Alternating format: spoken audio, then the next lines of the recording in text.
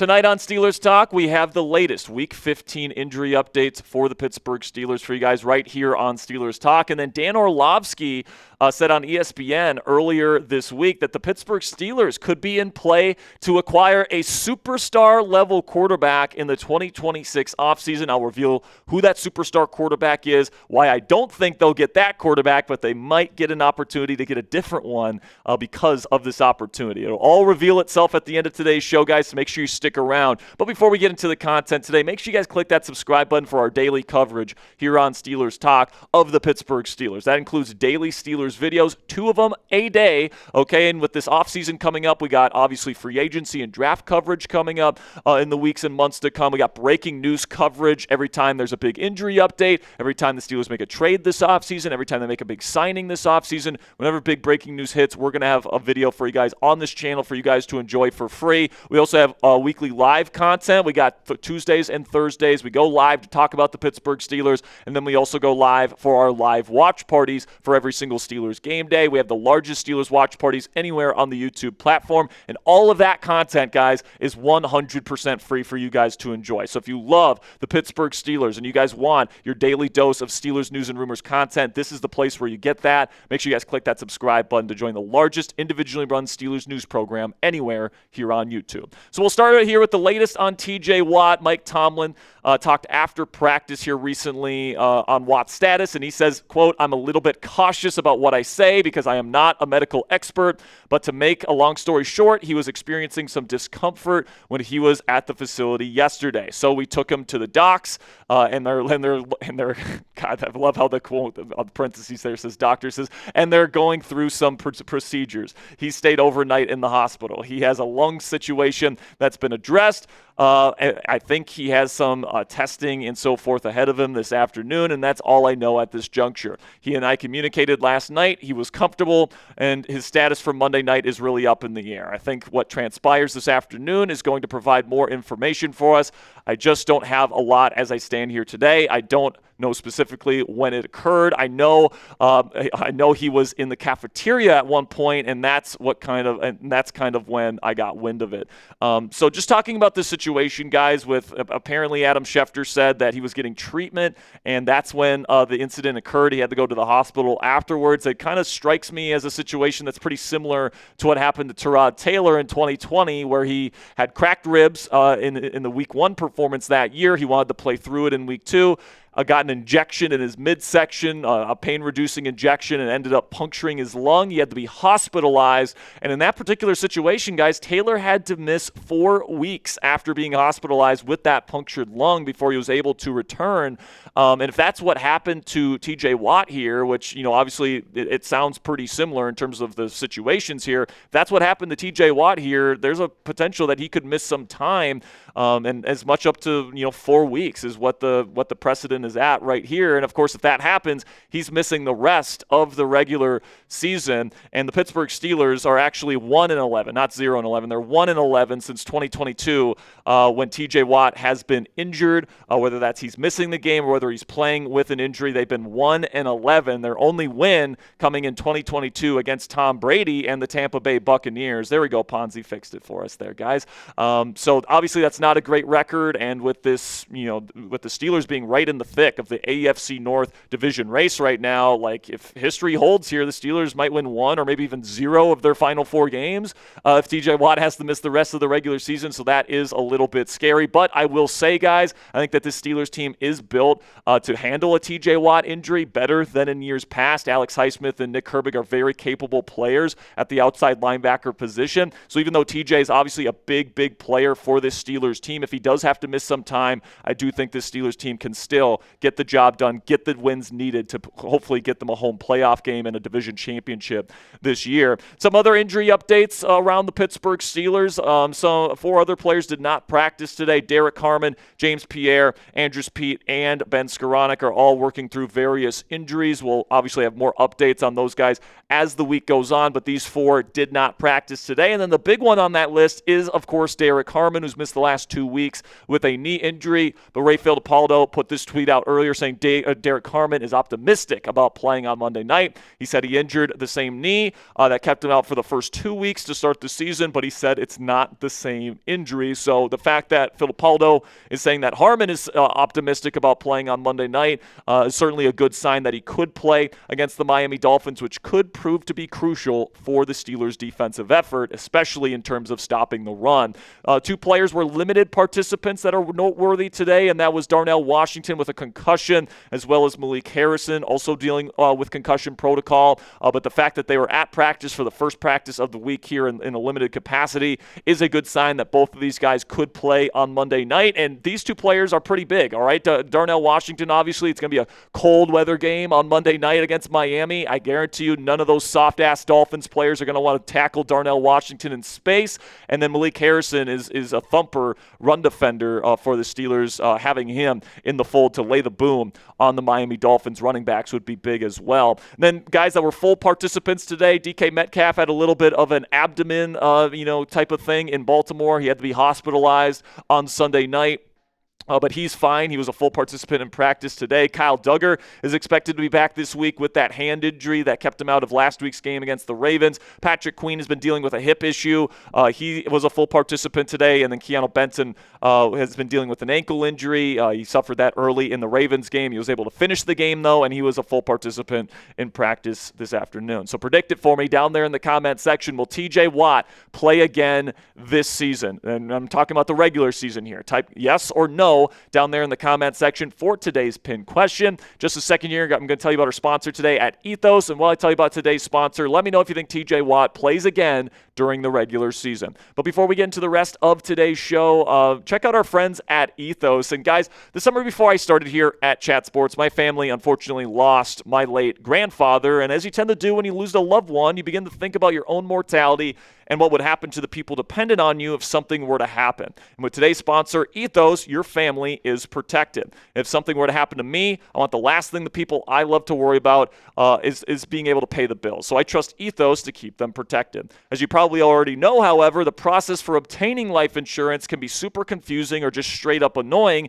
with how tedious the process can be. That's where our friends at Ethos come in. As of March of 2025, Business Insider named Ethos the #1 no medical exam instant life insurance provider. Ethos is an online platform that makes getting life insurance fast and easy to protect your family's future in minutes, not months. There is no complicated process, and it's 100% online. There's no medical exam required, and you just answer a few health questions to get a quote in as little as 10 minutes. Protect your family with life insurance from Ethos today. Get your free quote at ethos.com/NFL Daily. That's ethos.com/NFL Daily to get your free quote today. Application times may vary, rates may vary, and a big thank you to Ethos for sponsoring today's edition of Steelers Talk.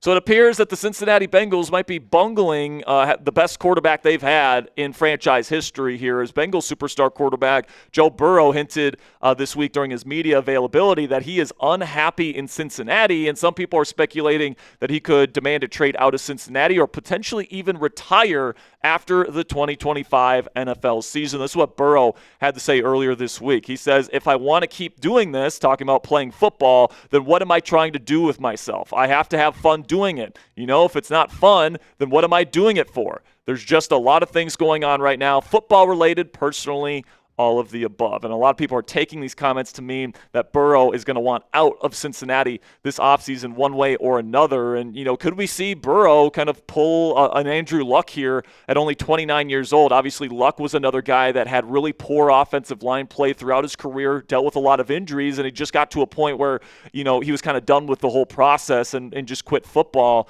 And obviously, Joe Burrow has been somebody that has not been protected properly in Cincinnati, has taken a lot of hits, has had a lot of injuries, really serious injuries as well. And, you know, at some point, that's just got to be really tiring for the Cincinnati Bengal quarterback. And, you know, could we see him retire at the end of the year if the team, you know, refuses to trade him?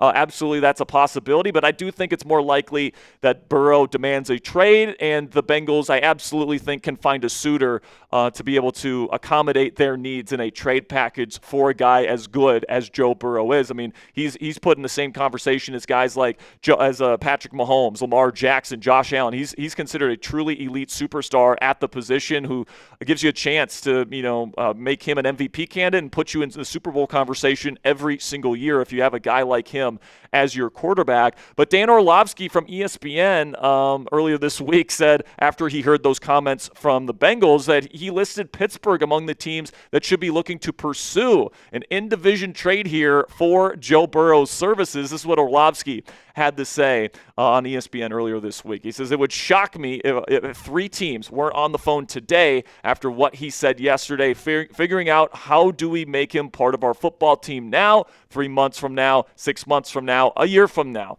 Jets, Raiders, and Steelers. Those would be the 3 where if I'm those 3 organizations, I'm in a brainstorming meeting right now where we are figuring out a way to propose a way to get Joe Burrow, and I don't necessarily care what it takes. Now, personally, guys, I would absolutely sell the farm to get a guy like Joe Burrow, all right, especially because of the frustration that we have had at the quarterback position since Big Ben got older and then eventually retired. This team has not had, a top 10, let alone top 5 quarterback like Burrow is in a very, very long time, all right, since prime Big Ben Roethlisberger. So to get a guy like that would be absolutely worth, however many first-round picks as they want. However, there's just no way that this is going to happen, all right? There's just no way that the Cincinnati Bengals are going to trade a 29-year-old superstar quarterback to the Pittsburgh Steelers. I mean, they're arch rivals. There's absolutely no way in hell. I mean, the Pittsburgh Steelers could literally offer them every draft pick they have in perpetuity forever, and they would not take this deal, all right? Because they wouldn't want